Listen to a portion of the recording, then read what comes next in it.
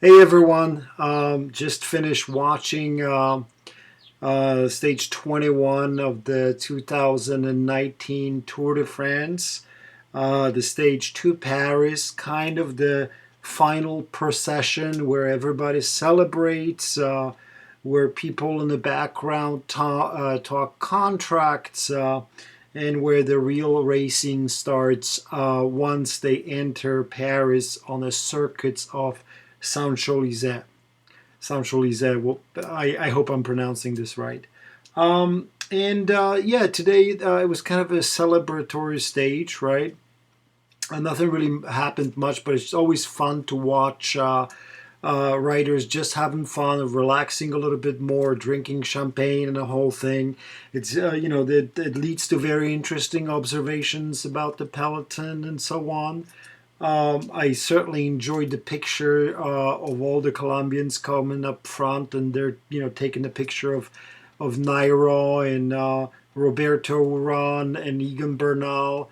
So that was kind of fun. The riders kind of having fun going over the Category 4 climbs, even though they're not weren't going serious. A couple of guys competed because remember, there's always money to be won on those, even the final Category 4 climbs. There's always money that they award. So, the final price, the final pool of the money will go to the team, and that's how it works. Goes to the team, and then it gets separated amongst the riders. So anything that rider wins goes to be separated amongst the the teammates itself. So even though if it's like 500 francs or whatever it is, this is still a pretty good amount of money. It's more than a dinner in Paris, right? So that's why it was a little bit of a competition. People are actually laughing, but once they got to the circuits, it got a little bit more serious because it's still a race and people still really want to win, and it's almost like a championship for a sprinter, right? I'm not sure what the value of sprint finish in Paris would be on Saint Elysees, but I would say that probably would be more important than winning. Two stages in the Tour de France, right? Two stages of the Tour de France versus the win on, in the middle of Paris would probably be more valuable. It's a memory forever. So every sprinter definitely wanted to win that, and it's kind of a competition for who really the best sprinter in the world is. It's almost like a championship for sprinters again. There were some early breakaways. I'm not really sure what Omar Fraley and I'm not really sure what Inner Zakarin were doing there because these guys are mountain guys. But I'm sure right after the Tour de France, there's contract talks. There's people exchanging things. So maybe they competed for a contract next year. I know Zakarin is in talks with CCC because Katusha is folding. And who knows what Omar, Frail is doing. He's probably staying with Astana, but, who knows what they were doing out there. Maybe other than for just a show of, showing off the team colors. Because usually it would be very unusual to see this two out on the attack on a flat stage like that. Then I think Greg Van Avermaet had a go, right? Didn't last too long, but he had a go. He wanted to show off a CCC colors out there. And he did for a little while. They certainly tried all the tour, but ultimately they were not successful in winning a stage. And there's a clear need on that team for a person, for a leader. Greg Van Avermaet is a great leader for classics. I mean, he didn't win this year, but he could still win a major classic. But in other races, they just have nobody. So, hopefully next year, I know Matteo Trentin and I hear Rohan Dennis are going to CCC. Today review, you got to start with who? With Calabi one, right? Calabi won, solidified him himself as as like the champion of the fastest sprinters. And I initially was giving an edge to Dylan Genowagen, right? The German Panzerwagen. But, Calabi really surprised me, right? I thought he was the second fastest sprinter in this tour, honestly. But, not as fast on a straightaway in a pure sprint as Genowagen, right? Genowagen I thought had more power, but I might be wrong on this one because Calabi time and time again had that kick, had that little extra kick in the end, and it was very clear when you saw it from the top, right?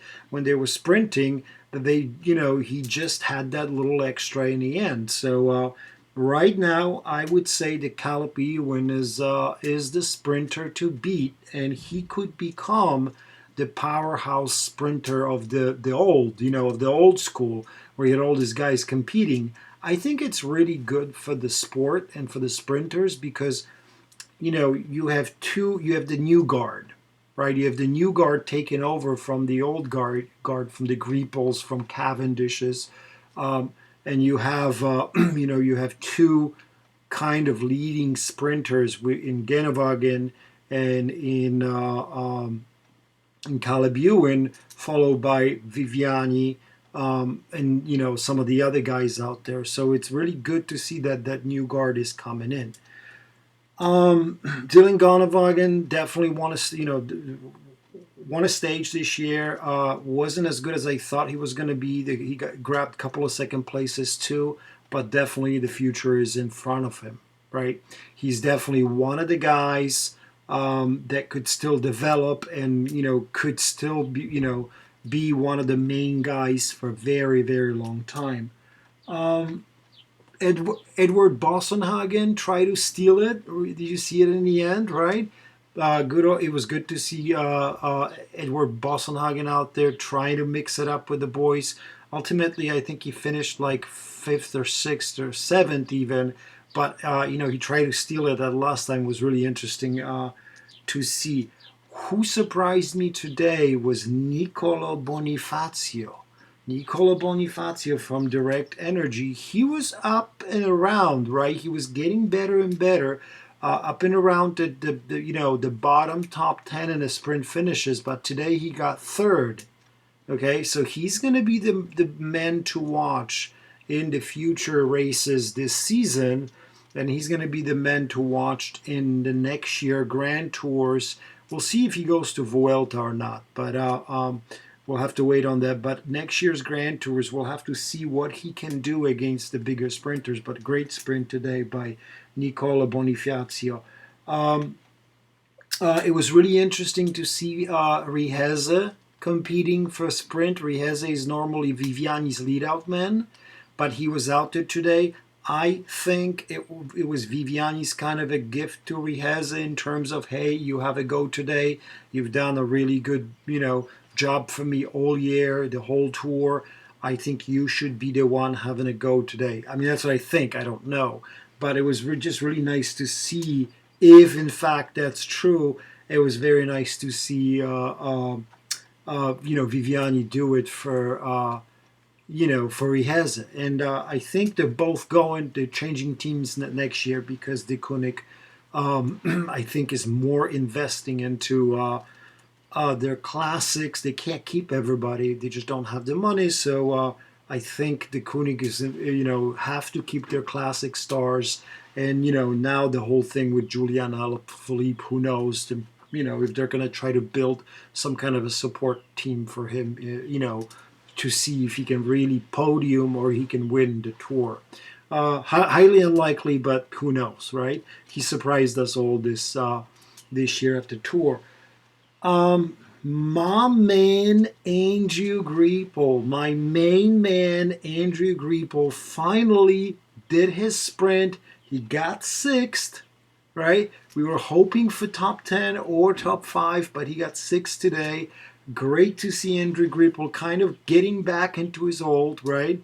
I'm just really curious to see where he's going to be if he's going to get chances to really sprint in Vuelta or other stages, I think there's still a little bit of fire left in him. Okay, so it's going to be very interesting to see how he, if he goes to Vuelta and how he sprints there. He's definitely seemed to be coming on form.